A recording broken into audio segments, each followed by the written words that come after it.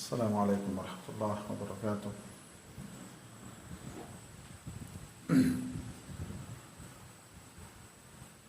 Alhamdulillah nahmaduhu wa nasta'inuhu wa nastaghfiruh wa na'udzu billahi min shururi anfusina wa min sayyiati a'malina. Man yahdihillahu fala mudilla lahu wa man yudlil fala hadiya lahu.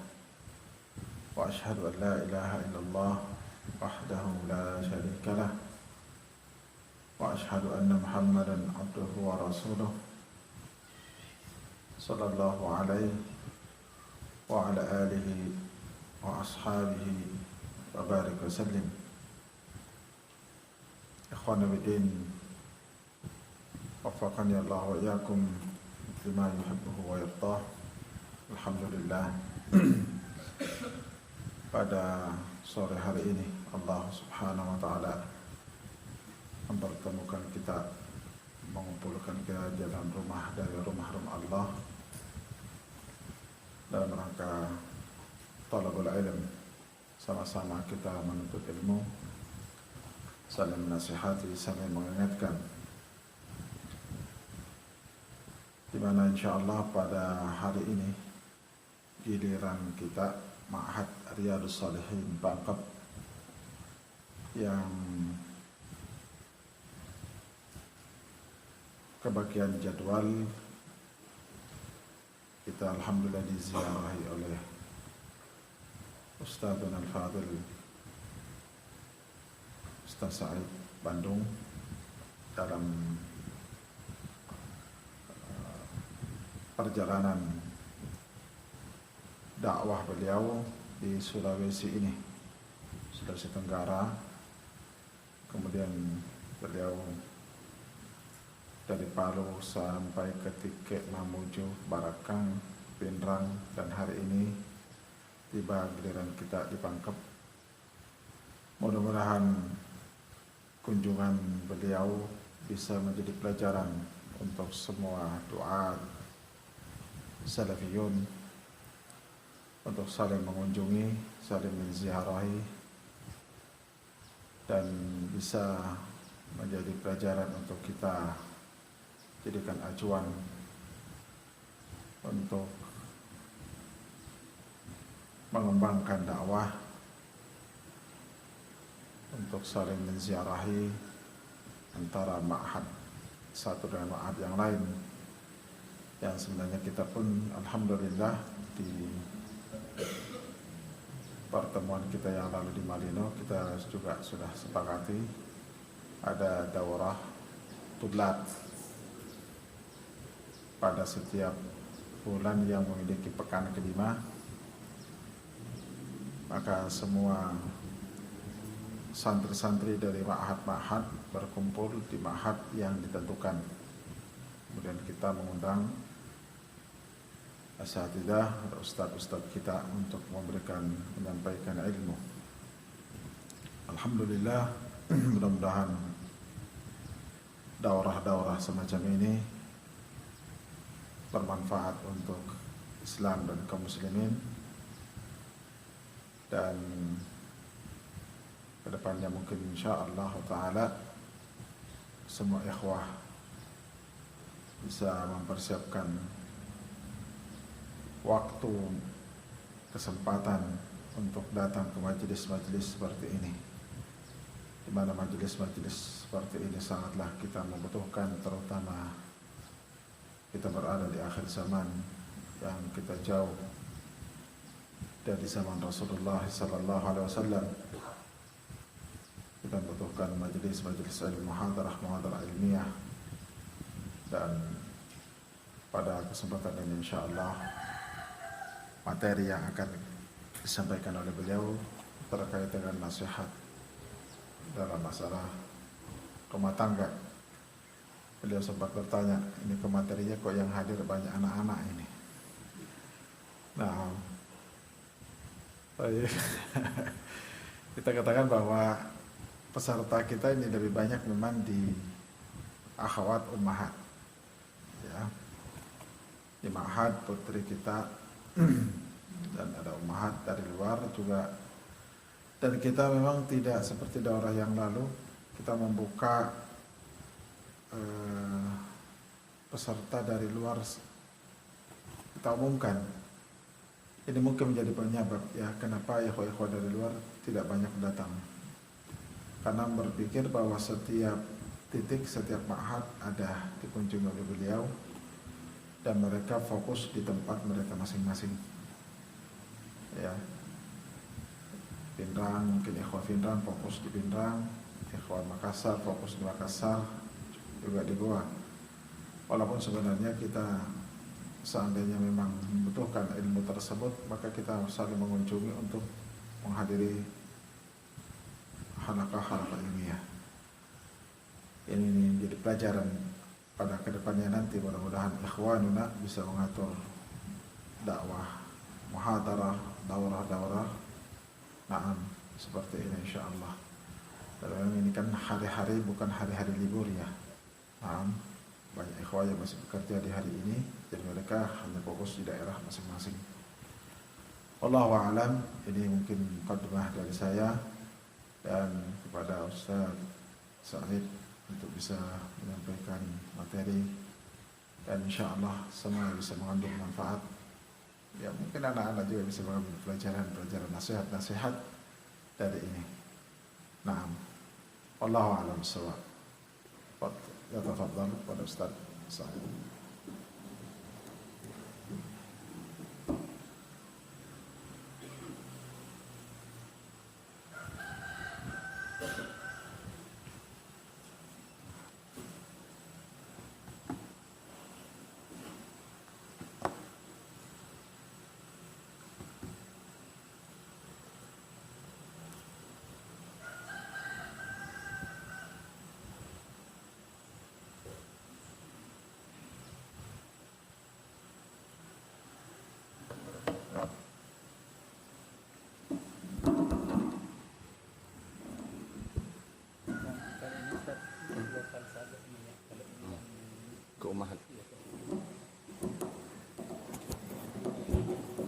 Jadi ini yang penting. Bismillah. Alhamdulillah. Wassalatu wassalamu ala Rasulillah wa ala alihi wa sahbihi wa man walah. Wa ashhadu an la ilaha illallah wahdahu la syarikalah wa ashhadu anna Muhammadan abduhu wa rasuluh. Amma ba'du.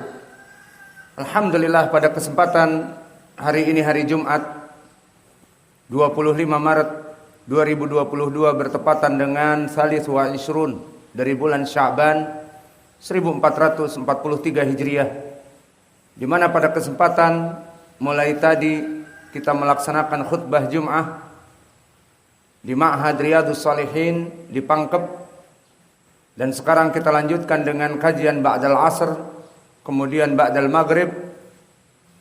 Maka alhamdulillah kita bisa bertemu dengan ikhwanuna ahli sunnah di Sulawesi Selatan di Pangkep ini, dan materi yang diberikan kepada kami untuk disampaikan adalah materi Husnul Usrah Az-Zawjiyah, menjalin hubungan harmonis rumah tangga.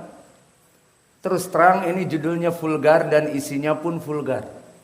Maka di saat kami melihat banyak anak-anak, insya Allah bermanfaat bagi mereka sebelum mereka mempunyai istri, sudah mempunyai adab-adab dan ilmu-ilmu husnul usrah az-zawjiyah. Bismillah.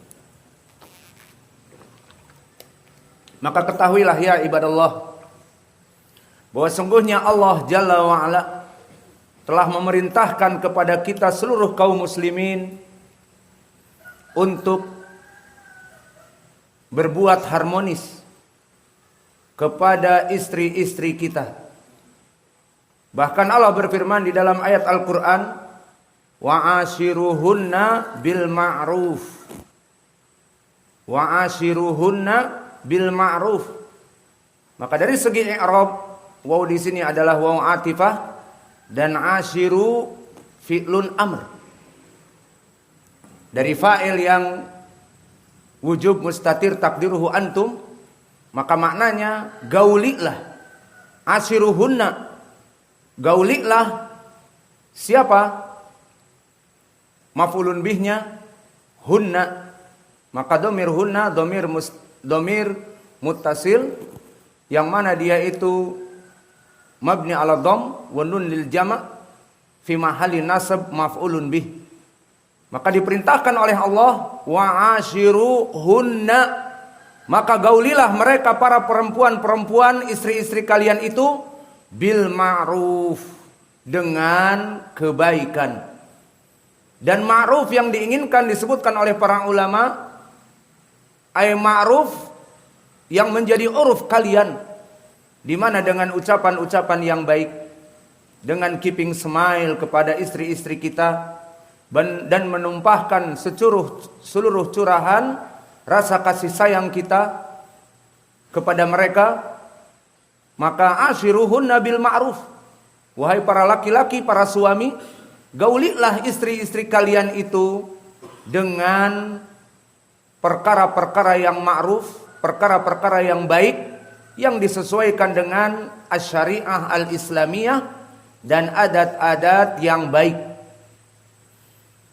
Maka ini perintah dari Allah Jalla wa'ala.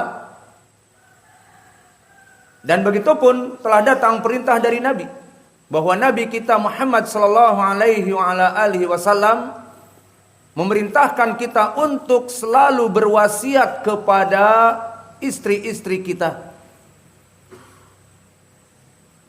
Seperti di dalam hadis fi sahihain an Abi Hurairah,